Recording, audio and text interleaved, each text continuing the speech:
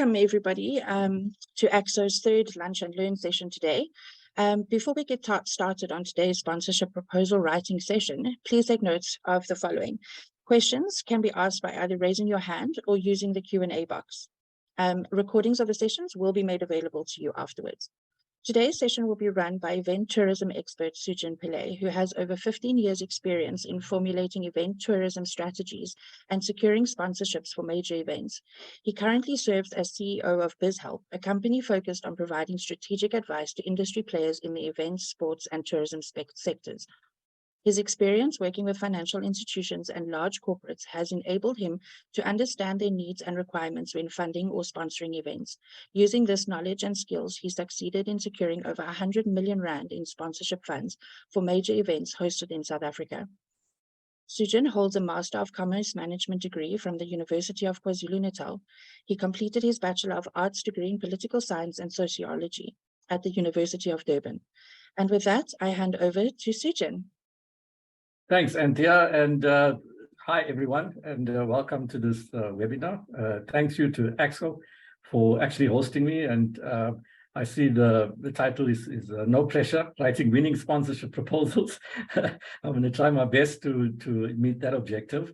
But yeah, today, I just want to sort of focus on the following areas. I'm going to talk a little bit about who we are as a company, a little bit about Biz-Help, because I think that's important to sort of lay the context. And then the focus really of today's discussion, when we talk about sponsorship, is really to focus on the links between the events industry and the tourism industry. And I'm going to talk a lot about that throughout my presentation today.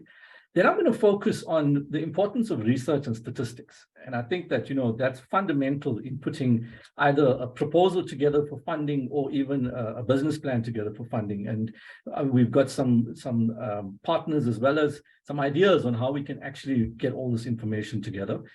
And then we're going to go into the sponsorship proposal itself and the various steps that one should follow in order to put a really good sponsorship proposal together. And then finally, before we conclude, I'm just going to give you a sense as to what is our approach in assisting clients out there and how you can actually interact with us in order to get the type of assistance that you require. What I'd like to do, if you'd allow me, is as we go through the presentation, I'd like to take comments and feedback. And if you have any questions, please stop me and let's go through it instead of waiting for the end of my presentation, because I'd like this, as I understand AAXO, to be a very interactive session. So please, if you have any questions, please raise your hand, and Anthea would be able to assist us in accommodating your requests.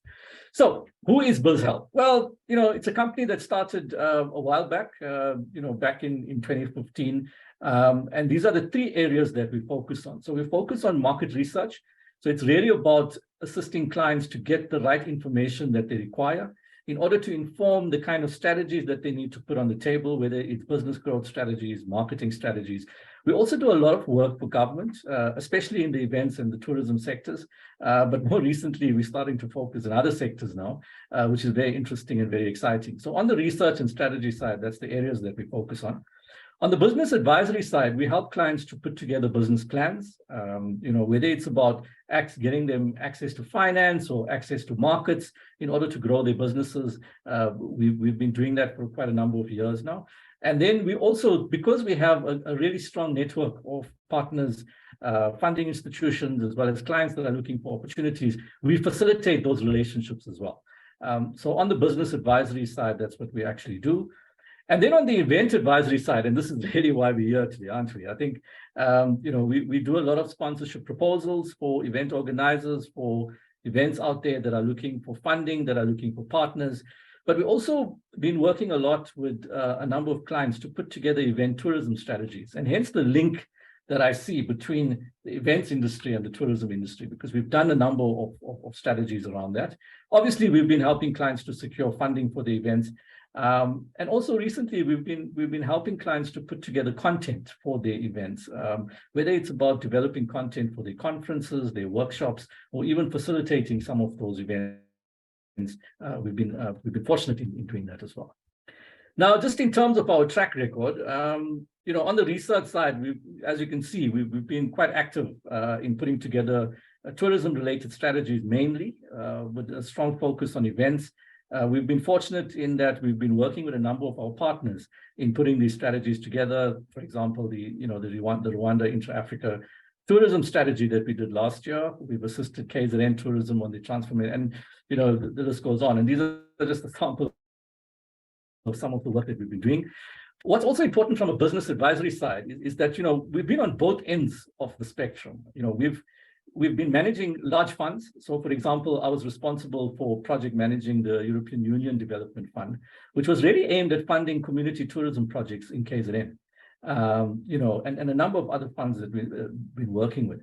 But on the other side, we've been trying to raise funds as well. So we understand what funders are actually looking for. And we've been successful in raising funds for some of our clients from these funders. So we've worked with a number of development finance institutions. And as you can see, we've moved away from tourism a little bit to other sectors as well, especially on the agricultural side and on the sports development side as well. And then, on the event advisory side, you see the Comic-Con Africa kind of image there. One of our main clients, obviously, is Reed Exhibitions, and we've been working with them very closely over the years in raising funding for the events. We've succeeded in raising just over 100 million over the past 7 years. And events like Comic-Con Africa is part of their signature events. But also, very importantly, as I said earlier on, we've been working with a number of institutions like the City of Tshwane, like the Nelson Mandela Stadium, and even private event organizers to develop event tourism strategies. So really, from a track record point of view, these are the areas that we focus on. What makes us, a competitor in the market? I think, those figures out there. We're quite active on LinkedIn. We're quite active on Facebook. But also, I think over the last few years, because of what's happened in the country, we've relooked at our business model, and we've developed some very cost-effective solutions for clients out there, targeting mostly small businesses in the industry as well. So that, in a nutshell, is who we are as a company, and that's what we do. These are some of the clients that we've been working with over the years. And this gets updated on a regular basis. There's some new clients that we've been working, which I don't see on the slide, but yeah, that will be updated. And then, we've been positioning ourselves as event tourism experts for a number of years now. And you can see some familiar faces there that have some really kind words to say about us. And I thought, I should share that with you, but we can always share. You can always go to our website as well, and you can get more information about what some of our clients and partners have been saying. So let's get into it. Now, the link between event and tourism. I mean, for many of you, and I'm sure I'm speaking to the converted here, for many of you, you understand this link, right? You understand that events attract a captive market of spectators and participants. Whether you're a fan that's supporting a sports team or a delegate that's going to be attending a conference or a meeting, you're going to travel. Wherever that meeting or event is taking place, you're going to travel to that. And when we talk about events, even though the focus today is on business events, which is your exhibitions and meetings, events also refer to sports, lifestyle, and cultural events as well. Any event, actually, that touches on the supply chain, on the beneficiaries, which I've listed here, can be regarded as an event tourism type of event. Okay. Now, why event tourism? Why is it so important? I mean, we've seen the devastating impact that the pandemic had, particularly on the events and the tourism industries. And I think we're getting to a point now where the industry is starting to recover. In fact, some of the stats that have just been recently released up to October this year by South African Tourism shows that our recovery, even though it's not at 2019 levels, I mean, if you look at your domestic market itself, this year we're looking at 70%, up to as compared to where we were in 2019. So we're sitting at domestic tourism with 70% to 2019 levels and 53% of foreign tourism levels. So the industry is starting to recover, the tourism industry. And I think, if you look at the Bureau for Economic Research and what the Oxford economics guys are saying, they're saying that we'll only, from the tourism perspective, we'll only reach 2019 levels in 2026, which is quite far out.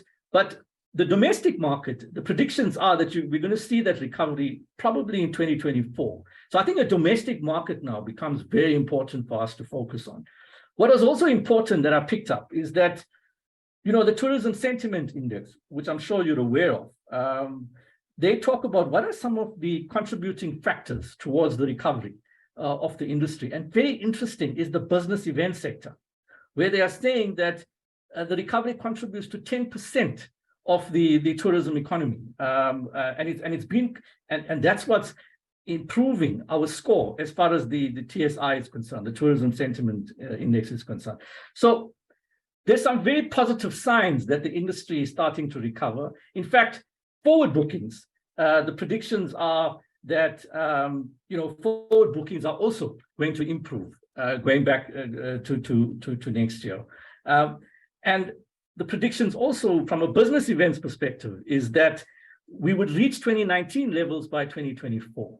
So the outlook is very positive, and I think it's really an opportune time now, and therefore, to talk about why it's so important to link your event to the tourism industry. And when you start putting together sponsorship proposals, you need to start thinking about tourism industry players that you can actually approach to support your event, because I think that's going to be a growing trend going forward, as we saw prior to 2019. And so I think that when we start talking about event tourism and how you should approach and who you should actually approach, this slide really focused on those government institutions, that one should start looking at. And I just thought, just to recap, who do we have in these various spheres of government? Well, certainly at a national level, you've got the National Department of Tourism, you've got South African Tourism, you've got the Convention Bureau, which I'm sure a lot of you are already working on and working with. But then also at a provincial level, you have a similar kind of scenario, right? So you've got a policy department, a department that's focused on policy development from a tourism point of view at a provincial level. But then you've also got the tourism agencies from a marketing perspective. And then in some provinces like Gauteng and KZN and the West Cape, you've got convention bureaus that exist as well that can support your event. But also very importantly, and I think this is where I see a major gap that's not being filled, except for your major cities, that in every municipality around the country, you've got a tourism unit that's sitting there. Okay, so and I think it's important that these units also be recognized. And as we go along this presentation, you're going to hear what I'm talking about, because I think they can also be activated to support your event if you meet the requirements. And talking about requirements, what are government priorities when it comes to tourism and events? Well, firstly, it's about increasing the number of tourists that actually visit that destination, right? And when we talk about tourists, we're not just talking about foreign tourists. Okay, I think there's a misconception. We're talking about domestic tourists as well.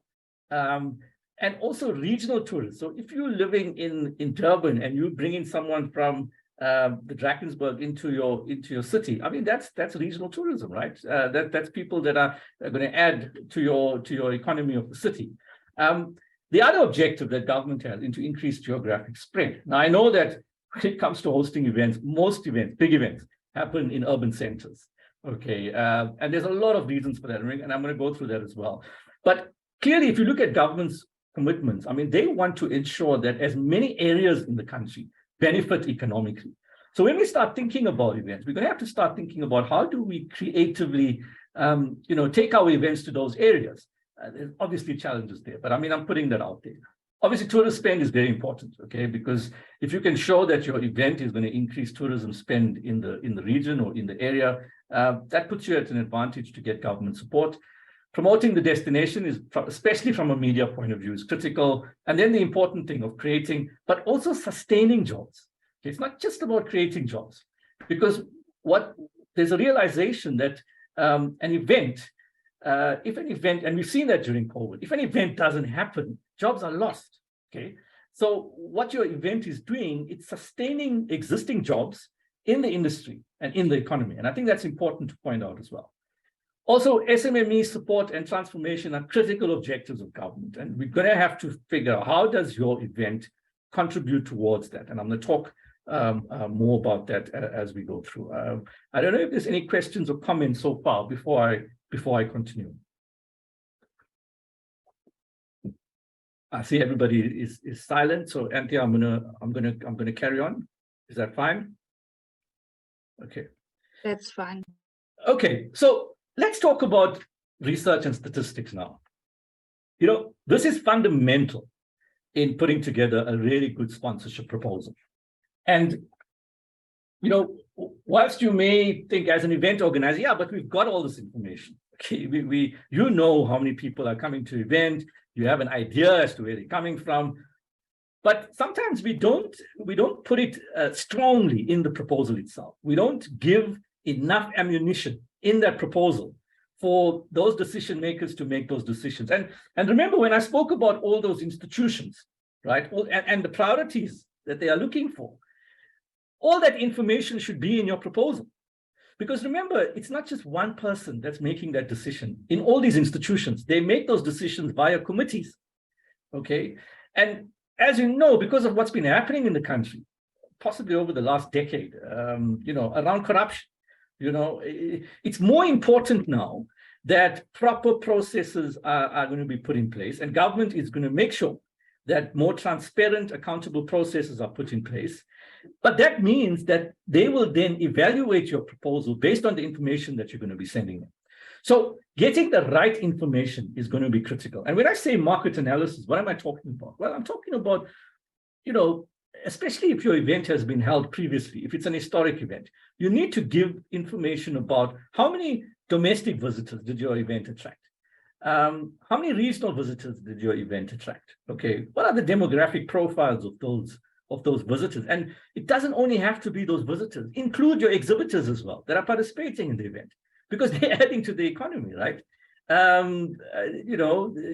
Your buyers, your delegates. I mean, everybody that you bring into your event, the profile of those people needs to be placed in your proposal. And I think that's very important. Secondly, when we're talking about media impact, you have to measure what your reach. And we're not just talking about social media, okay? I mean, social media is easy. You can get that information. There's analytics that are available. It's important that you put that information in there because social media is critical. But also, where else have you been profiling your event? Outdoor advertising, for example, not just broadcast and TV and all those kind of things. Any form of media that's giving your event awareness.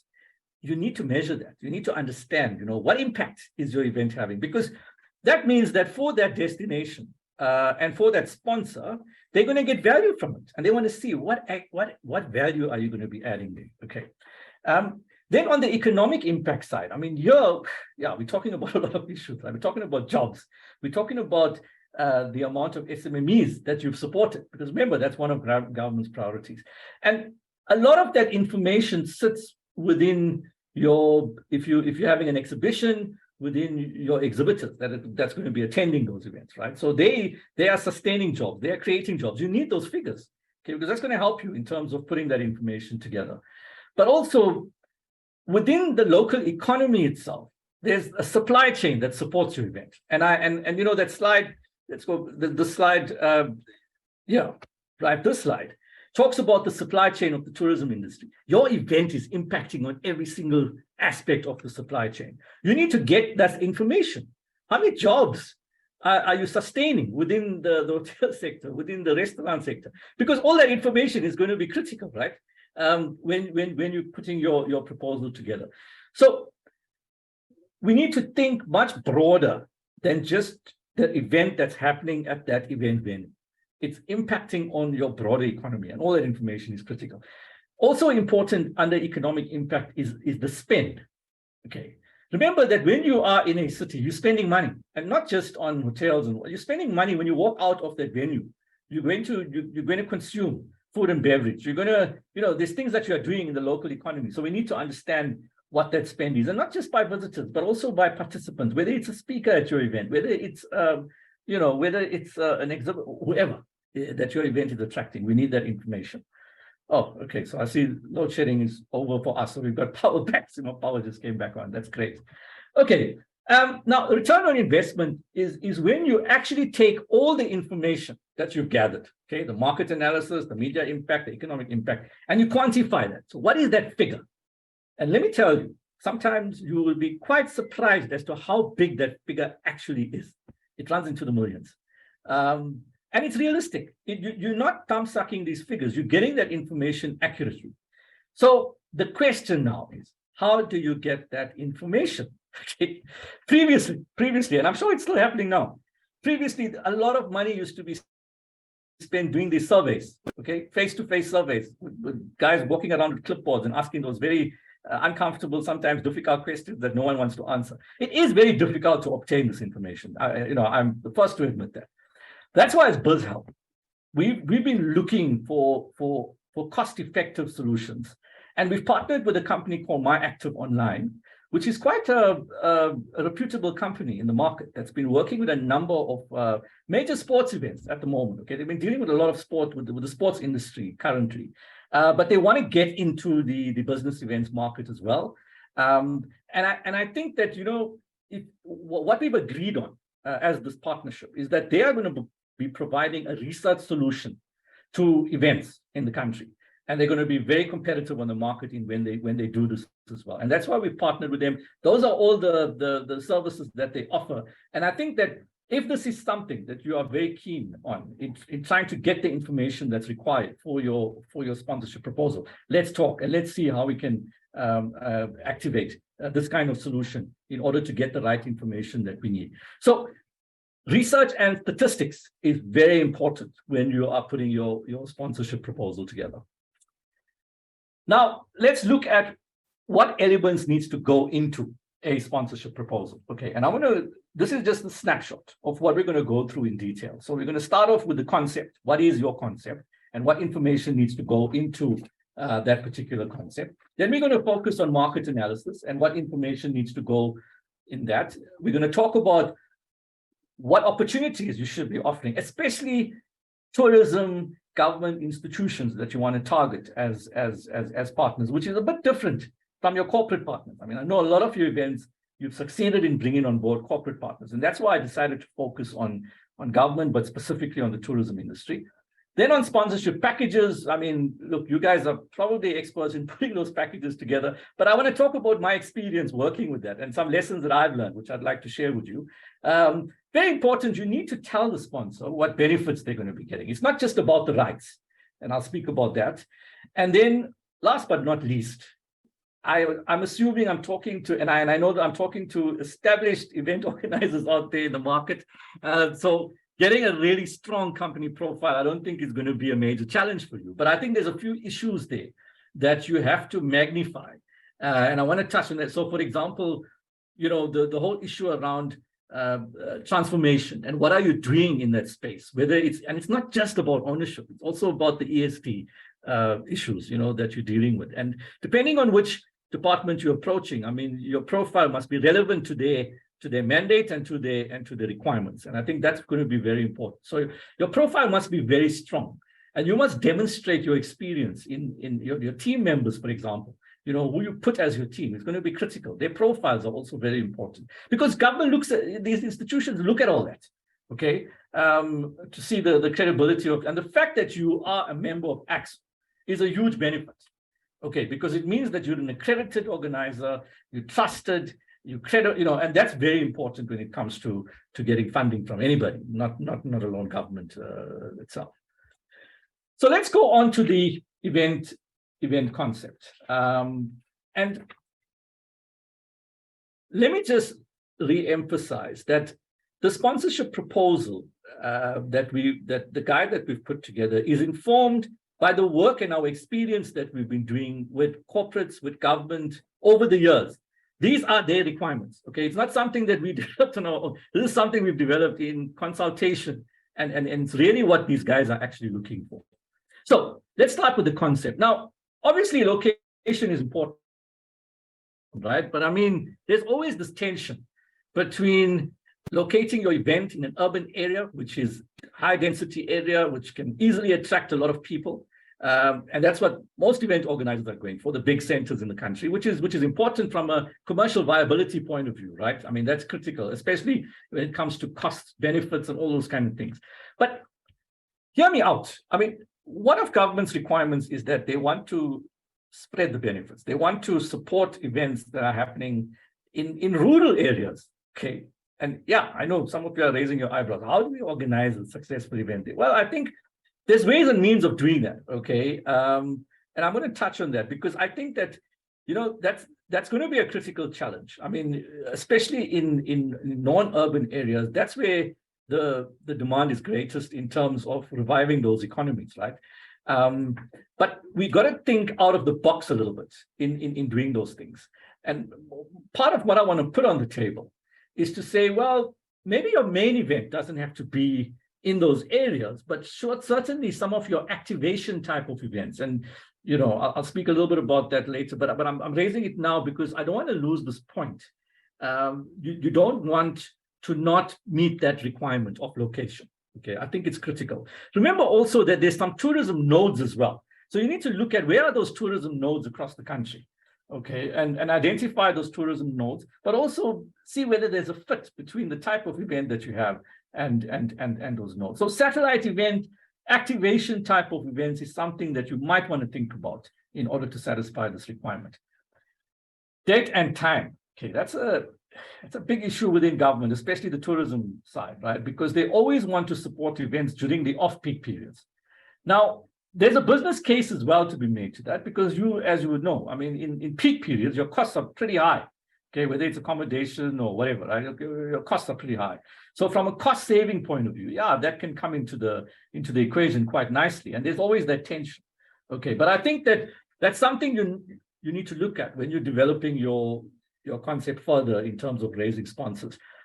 Very importantly is that your event has to show a demand for tourism.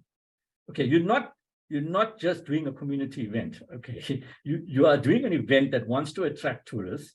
So you got to show how your event is going to attract tourists. Now, it could be that you would have some big draw cards, whether it's international celebrities or speakers, or it could be that you create an experience, that people are looking for, okay, and that people actually want to go to this event. So bear in mind your domestic market, okay? When we talk tourism, we're not just talking about foreigners. We're talking about domestic markets as well. So that's very important. And then what I find happening a lot is that some people don't really have details about what does the event entail? What are all the activities that's going to be happening?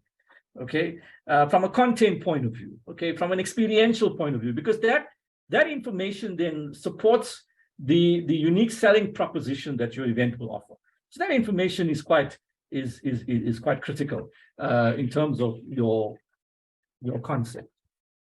Okay, I'm getting a bit tired of hearing my voice now. Can I just pause here? Are there any comments or questions so far?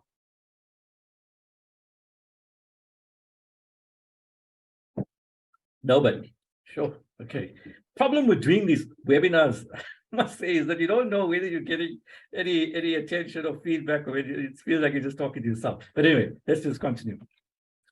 Okay. The second aspect of your proposal is what we call the market analysis. Now here, it's obviously you need to show the kind of targets that you're going for, okay, on all these aspects. So, and normally your targets are based on previous event actual numbers, okay? So if it's a new event, it might be a little bit difficult, but you can do an estimation of targets. And here we're talking about domestic, foreign markets. Now, what's important to mention here is that there are very few events that are happening in the country that happens because they attract visitors, tourists, okay? Very few. So, and the point that I'm trying to make is that I want to qualify this by saying the event that you are going to be, that you're pitching for from a tourism sponsor is not necessarily to show that your event is going to bring in a whole lot of tourists, okay, specifically for that event. And the reason why the tourists are there is only because of your event. No, that's a misnomer. What generally happens, and this is why events are so important, is because the tourists that are already in that destination want something to do whilst they're there. What your event is doing is that it's offering them an experience to attend your event, especially a consumer type of event. Yes, your business event is going to bring in a new market into the destination, but a consumer event, for example, and let's talk about some of these examples of consumer events. I mean, just last weekend, we had Mama Magic, right? In Johannesburg, in Johannesburg. And I would bet my bottom dollar that at least 5% of the visitors that were there at that event were from outside of the city of Joburg. That's 5%. That's a significant number of people, okay? So the point that I'm making is that any event that happens in the country will attract a percentage of tourists, domestic, some foreigners. That information you must have. And so when you're doing your projection for the next event, put that target over there, because it's not unrealistic. And you're not saying something that's unrealistic as well. So that's important. Okay. Demographics is quite self-explanatory. Economic impact, I mean, to get that information, okay, you need to have a very good relationship, an information relationship with your exhibitors, or the people that are supplying your event, if it's another type of event. But generally, you find that this information is readily available. Okay, number of jobs, okay, both permanent, temporary, number of SMMEs that you are going to be supporting. Okay, and then the broader information from the local economy is information that you can get from your partner. So whether you're working with a hotel partner, or whether you're working with a tour operator, whatever it is, you can get that information. That information is important. I spoke at length about media impact, but I want to talk a little bit more about a marketing plan. You have to have this in your proposal, because your sponsor wants to see where are the touching points, okay, that they can leverage off. And I often call this a 360-degree marketing plan. Okay, because you're actually targeting all those touch points, right? ATL is above the line, your media platforms, right? Which refers to broadcast, outdoor. Below the line is obviously your activations, your promotions. PR and comm is very important. How do you leverage talkability around your event, right? And then, yeah, digital media, online platforms. But what is also very important is your partners. And when I talk about partners, I'm not just talking about media partners, okay? You may have associations, for example, like AAXO as an association, or the Tourism Business Council, or FEDASA, or any association that you might want to bring. And I think the power of associations is always underestimated. Associations have access to members. Members trust the association. That's why they join the association. That is a potential market for you, right? But that's a market also for your sponsors who may not have access to that market. Okay. So I think when you start talking about partnerships, you're talking about broad partnerships, right? And what these government institutions always want to see is how established is your event? Who are your partners? Okay, because they obviously want to leverage off those partners. And if they know that you've got powerful partners, they want to be part of it. So I think that's also very important. Okay, I think there's a Q&A up there. Okay, there's a question here from Didi regarding the government funding. If your event is new and does not have a track record, does this disqualify you engaging with government to sponsor or assistance? Okay, I think that's a very good question.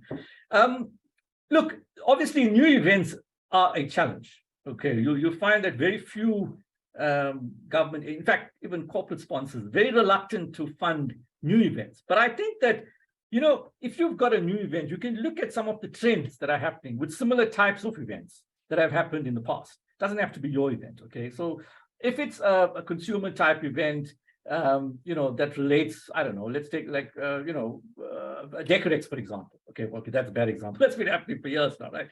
But, any event that you take, it's happened before, somewhere. Maybe not in South Africa, but it's happened somewhere. And you can estimate what the demand of that event has been. But it is a challenge. New events are a challenge. I hope I've answered that question. But I don't know if anybody else has any comments around that. Maybe you do have a new event and you've succeeded in raising funding for that event. Love to hear what you have to say around that. Okay. Okay, Didi, I hope that answers that question. I'm going to move on. Okay. So when it comes to having a marketing plan, it's important that you show your potential sponsor what is it that you're going to be doing? How are you going to be promoting your event? How are you going to be creating awareness around your event? So I think that's pretty important.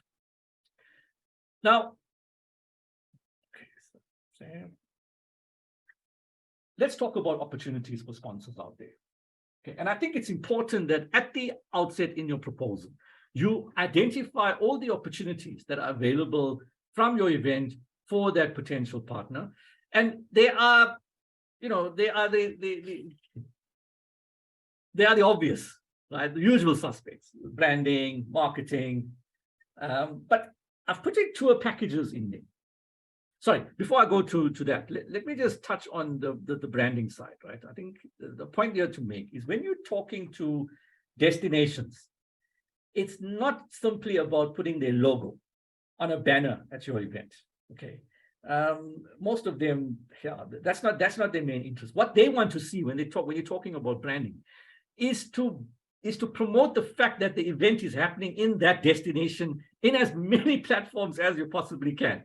Now, I know it doesn't make sense because the event is happening there. People should know, well, yes and no, and it's important because remember, if your event is attracting media attention, okay, that destination wants to be prominently seen.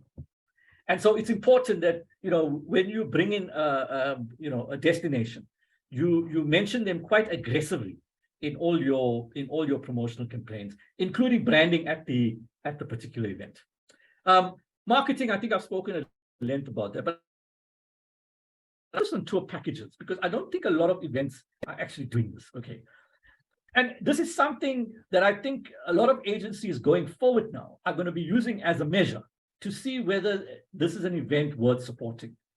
And this is about bringing people into your event. Now, remember previously, earlier on, I said, yeah, but your event does not necessarily attract people. You're looking at the existing market there that you're attracting. This is a little bit different. This is here where I'm saying, maybe you should partner with a tour operator, to package your event and promote your event in provinces and destinations where your event is not happening. And the way you can do that is obviously you can package the event, right? So over and above access to your event, you can negotiate a deal with either an accommodation provider or an airline, whatever it is, whoever the suppliers are in that supply chain that I spoke to you about. Create a package around it and then promote it, okay?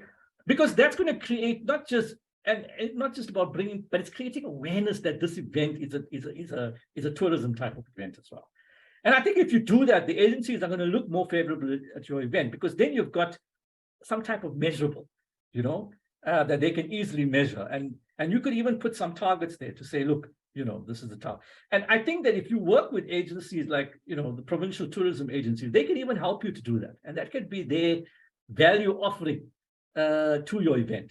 And when we talk about packaging, we also talking about, sorry, I just lost my train of thought there. When we're talking about packaging your particular event, we're not just talking about, whether your event is going to attract people, whether you're going to attract people necessarily only to your event.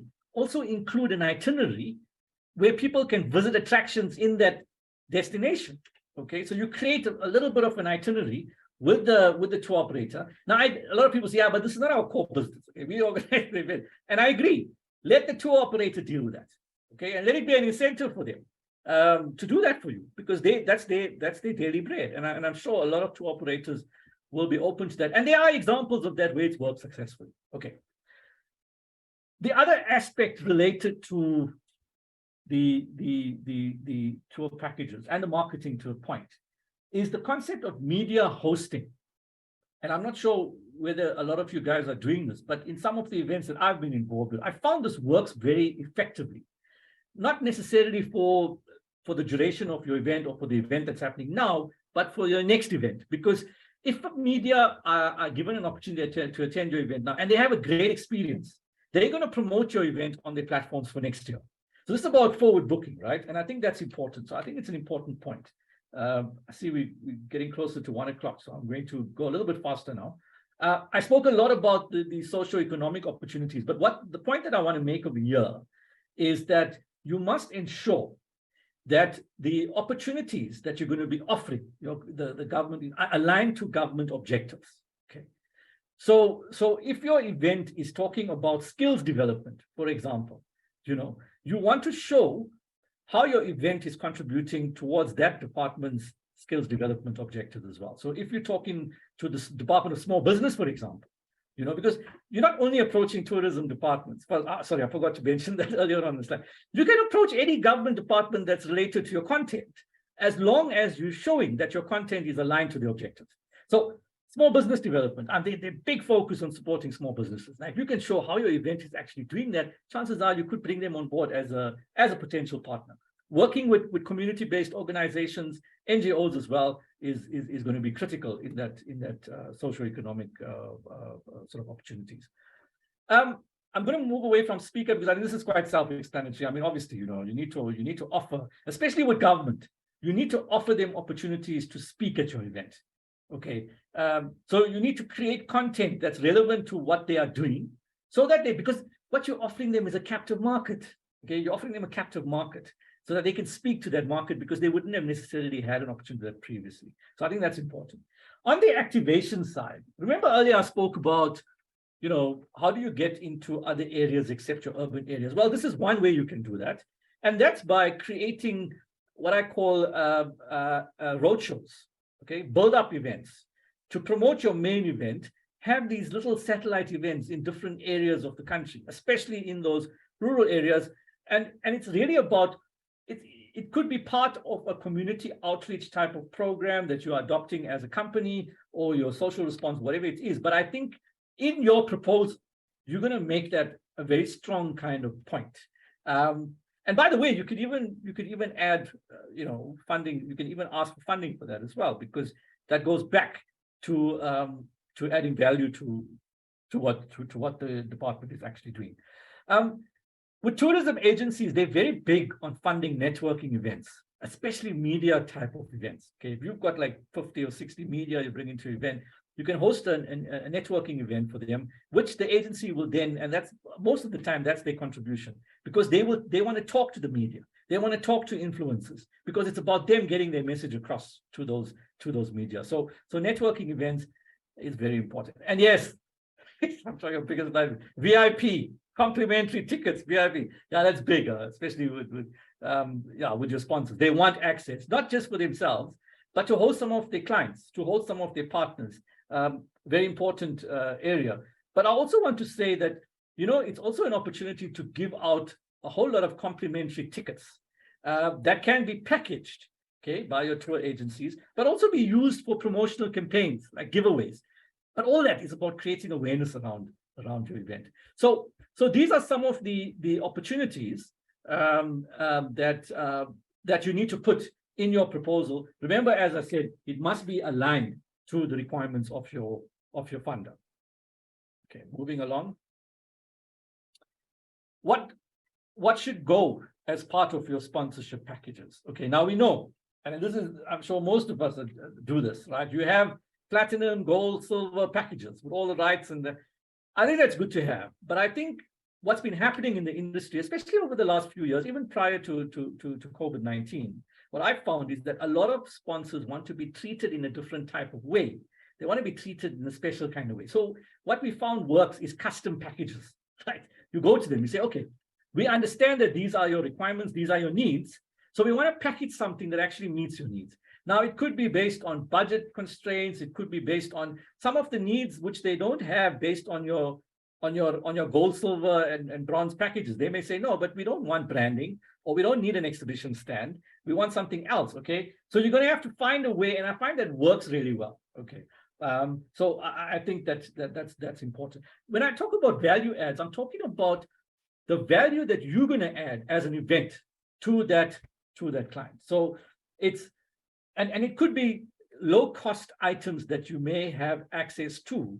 And obviously a lot of event organizers provide more airtime on social media platforms because it's very cost effective. But there could be other opportunities, For example, some of the partners that you, as I spoke about, there may be platforms that your sponsor, would be able to engage with your partner. But obviously, it's a conversation that you can only facilitate, but you can't promise, right? But you're giving them access to that, and I think that's very important.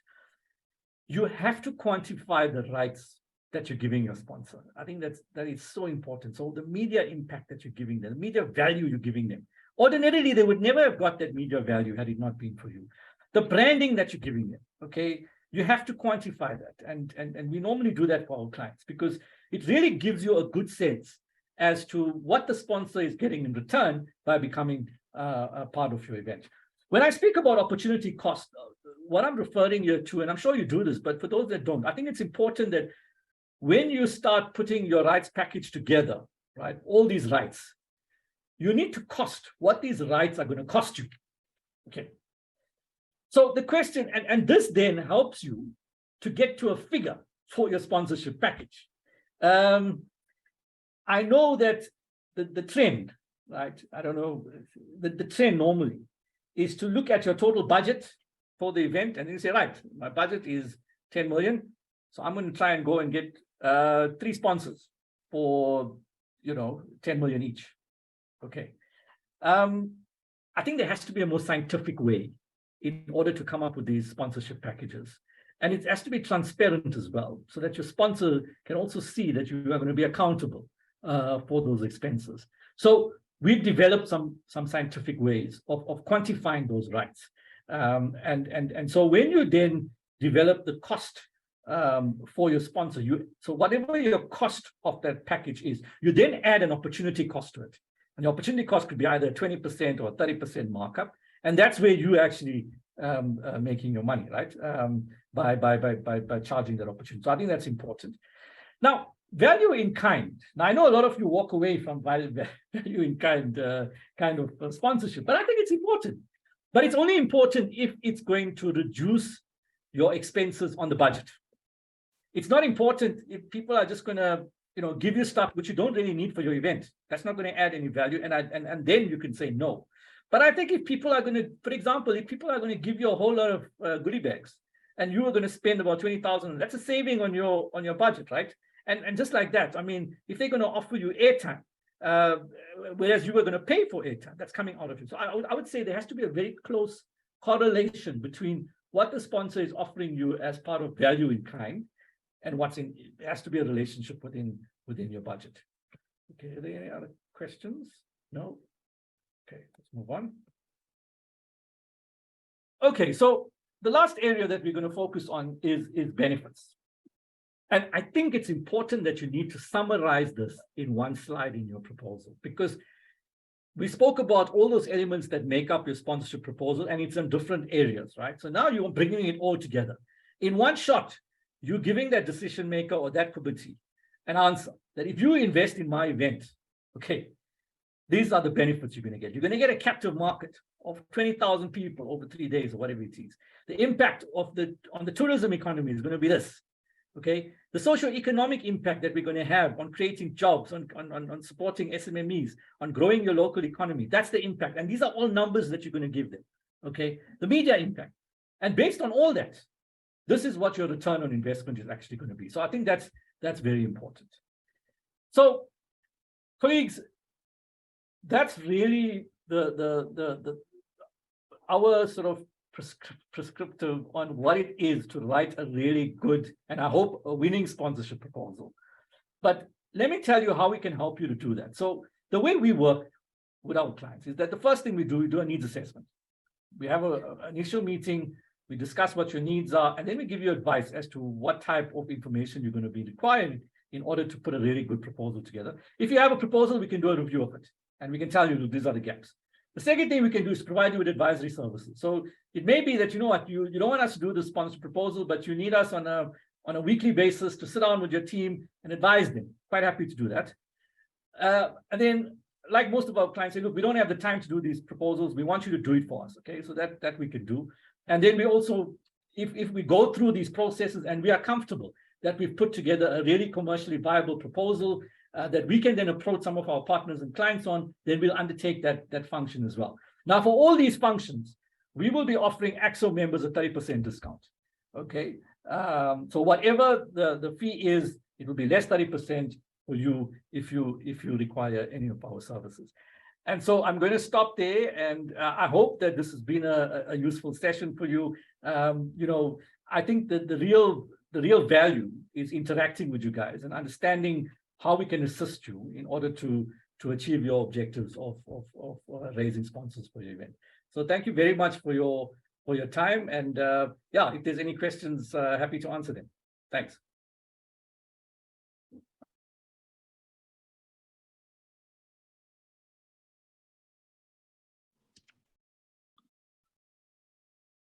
Hi, Sugan. It's Devi from DMG and AAXO. Hi, Devi. Hi. Thank you very much for a great presentation. I have a question. You probably have a lot of experience in this, and I think many of our members probably find this incredibly frustrating. How do you overcome the long lag time or decision-making process it takes in sponsorship proposals, particularly with more the public sector? A lot of what we are offering is pre-event opportunity and exposure and value. And we're finding that it's taking longer and longer to get things over the line and approved. And then you're kind of scrambling and maybe not getting as much value to, or giving as much value to your sponsor because your timelines have been pretty messed up. Any advice on that? Sure. I wish I had a simple solution to that question. But look, you know what? The reality is that, and as you all know, you're going to have to plan in advance. You know, I would say it takes about 3 months to 6 months, best case scenario, to get a contract out from government. And you know what? Actually, it's not only government, it's also big corporates as well. We find that recently they've been taking longer and longer with the decision-making processes. And you got to understand how these processes work. You know, if you're talking to a local municipality, for example, they have to go through various committees before they can get final approval, especially on big amounts. Okay. So you got to understand the systems, you got to understand the processes and how they work. But the first thing is have a long enough lead time in putting that, in approaching those partners. You know, give yourself enough time. Secondly, you need to understand how these systems work.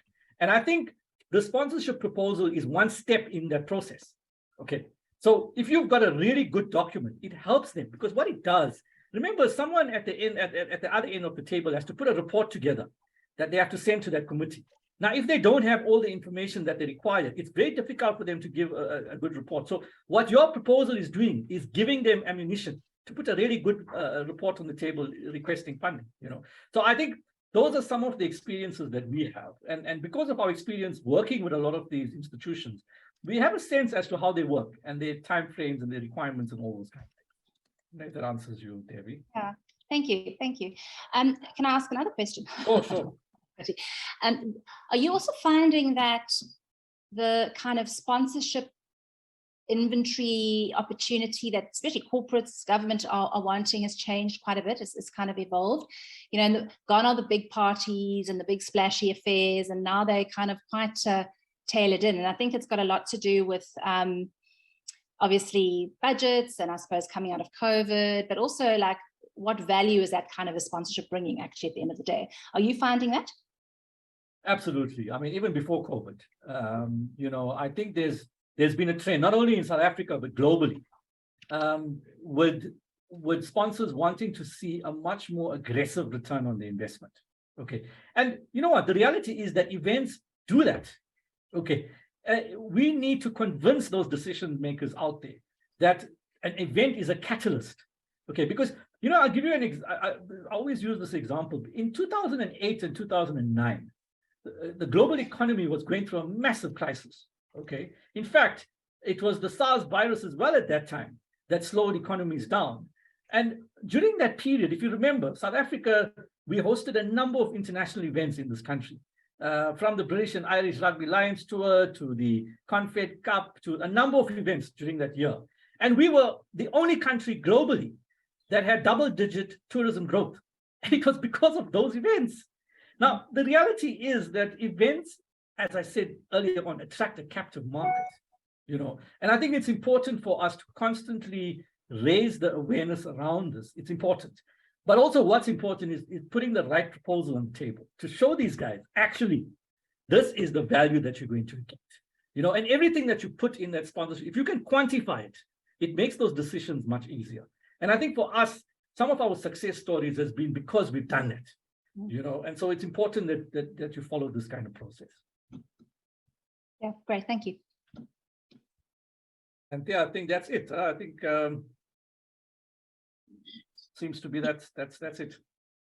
Yes, it seems no one else has any questions. Thank you very much, Susan, for hosting this session today.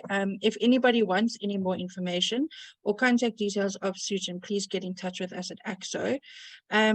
And yeah, thank you. And we will see you again next year for our Lunch and Learn. Thank you very much, Anthea, and thank you to all the colleagues that have joined this session. I really appreciate your time, and we really look forward to hearing from you guys. Thank you very much.